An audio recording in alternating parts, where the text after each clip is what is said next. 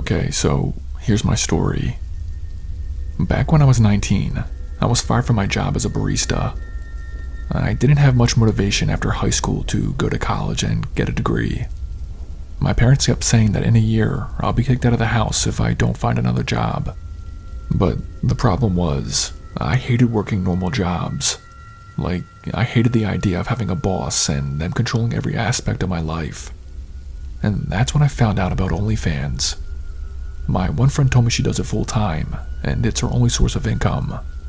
Like, I couldn't even believe that was possible. So I did my own research of what I could do on OnlyFans, and I decided to create one. Now, for context, I'm a female, and I was living at my parents' house at the time. Well, 3 months after making the OnlyFans account, I was at the point where I was making enough money to live independently of my parents. And everything was going great, until one of my fans messaged me. I don't know if you or anyone else has been on OnlyFans, but it pretty much is a subscription-based platform. Well, my OnlyFans content was me in bikinis and lingerie and stuff like that. And I got a message from one of my subscribers on my OnlyFans one night. Now, I usually always message back and interact with my subscribers, but this one was different. His username was Mr. Number 1. He sent me a message saying that he's my biggest fan. In fact, he's my only fan. I thought he was trying to be funny, but he wasn't.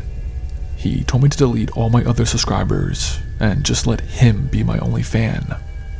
I told him this was my income and that I wouldn't be deleting any of my subscribers. He did not like this. That's when he started calling me by my real name, like first and last name, which was terrifying because my OnlyFans is faceless and I have a stage name and everything. But he knew my real identity. He hit me with a bombshell. He said if I don't delete all my subscribers but him, he will reveal my OnlyFans pictures to my parents. I lied on the spot and told him they knew about it and that he was wasting his time. I didn't hear anything from him for a week. Then, one Friday night, I was up in my room working on my OnlyFans ideas when our doorbell rang. This scared the shit out of me because it was like 1 a.m. at this point. I could hear my parents' bedroom door open and hear my dad's footsteps going down the stairs to answer it. My heart plummeted to my stomach when I saw my dad open the door and saw this big Christmas box full of photos on the doorstep. And I knew instantly what they were. My dad brought the box inside. Inside the Christmas box were hundreds of my OnlyFans photos. There was a single note on top written in black Sharpie saying, "This is what your whore daughter does for money." It honestly was the most terrifying and humiliating point in my life. I had to explain to my parents how I was doing OnlyFans. But my dad's first concern was who delivered the box. I told him it was some crazy subscriber who followed me. After that situation happened, my dad got a whole new security system installed in the house, and I was grounded until I moved out last year. My parents made me delete my OnlyFans account, but I only pretended to. I now have my own apartment, and still have my OnlyFans account as it is still my main source of income. But it is terrifying how easily it is for people to find out who you are and expose you. That guy is no longer a subscriber of my OnlyFans, and I hope to never cross paths with him again.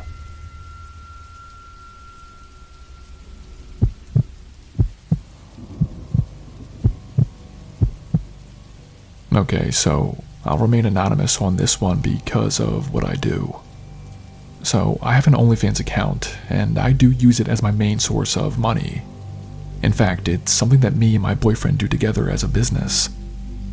Well, how I became successful on it was by having a very interesting niche. My content was based around me and my boyfriend going to different, quote-unquote, haunted places. Like, we've done videos at abandoned farmhouses, old rundown Victorian houses, and even rundown cabins. Well, in this story, me and my boyfriend found a really cool old house out in the woods of New Jersey. It was a complete rundown old house that you actually had to walk through half a mile of trees and bushes to find it. It was honestly one of the best places we ever filmed at. That was until it happened. My boyfriend and I arrived at the house by mid-morning. It was hot outside, and even hotter in the rundown house. And I guess for legal purposes, this was trespassing, because there were signs everywhere that said to stay out. But obviously we didn't care about that in the moment, and we still went on through with it. Anyway, we were in the house and setting up the lights and cameras that we brought. We had laid some sheets down and tried to make a clean little corner in the completely filthy and rundown house when we both heard a noise. It came from down the hall and from one of the other rooms, and it almost sounded like someone was humming a song or singing really softly. We looked at each other, and we were trying so hard not to believe that what we heard wasn't real. But that's when we heard the footsteps. We were in the back room on the first floor. We had heard the singing coming from down the hall, and now we heard footsteps walking in our direction. Utter fear gripped me. We never figured that there would be someone else in the house with us when we made this kind of content. We quickly threw all of our camera and gear back into our backpacks and quickly moved to the room window. My boyfriend gripped the window and tried to push it up, but it was stuck. At that exact moment, we turned around and saw this lady walk into the room. She was bone thin. She had no hair or eyebrows. She was singing, "Mary Had a Little Lamb." She had nothing on her but a weathered old blanket. I literally thought that looking at this woman was like looking at the devil himself. I cried for my boyfriend to open the window, because now the lady was walking into the room with her arms outstretched at us. My boyfriend resorted to breaking the window with his gear. He shoved me out first and followed right behind me. I could see my boyfriend was bleeding from the window shrapnel. I tried to help him with his wound, but he said never mind that and started pulling me away from the house. As we started sprinting away from the house and back into the woods, I turned around one last time. The lady was standing in the now broken window with her hand up and waving at us. And ever since that incident happened, my boyfriend and I decided that we would not be going to abandoned places any longer. It honestly is just too dangerous and actually stupid. I still have my OnlyFans account, and even though I had to change my content up a bit, I still have a good following and can still make a good living from it. But yeah, be safe everyone.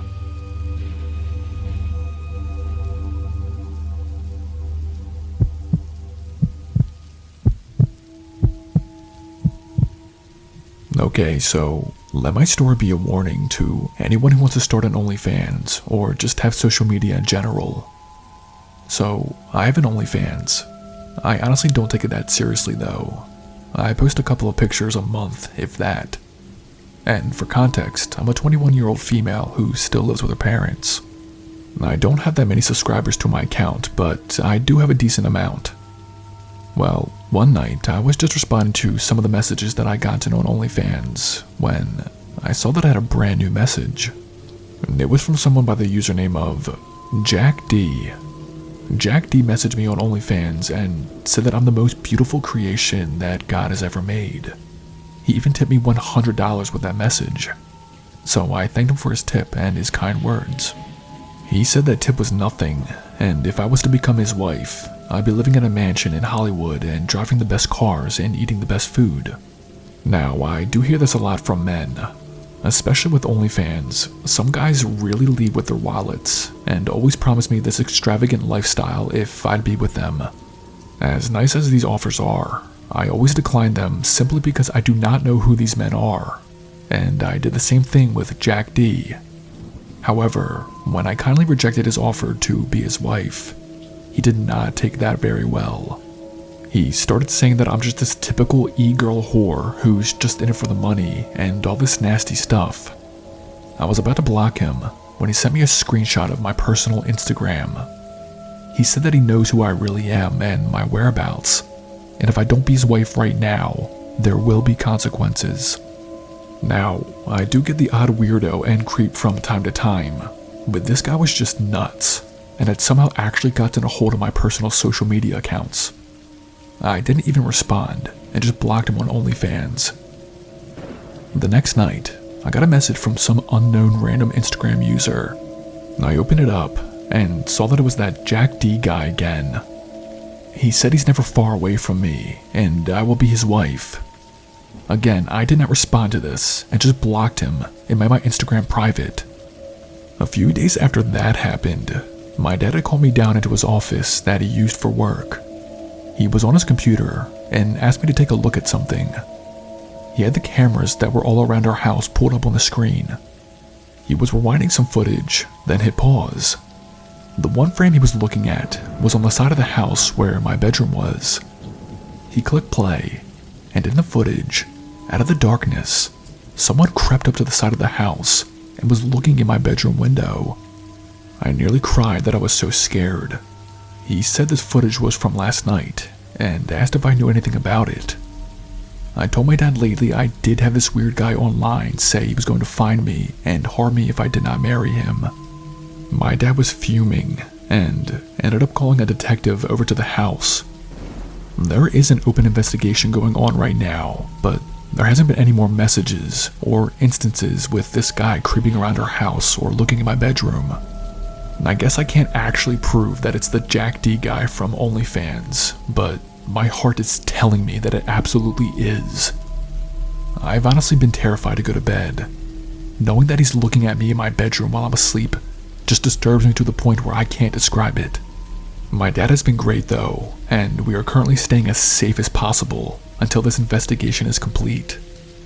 So please, use my story as a warning that some people out in the world are quite simply insane.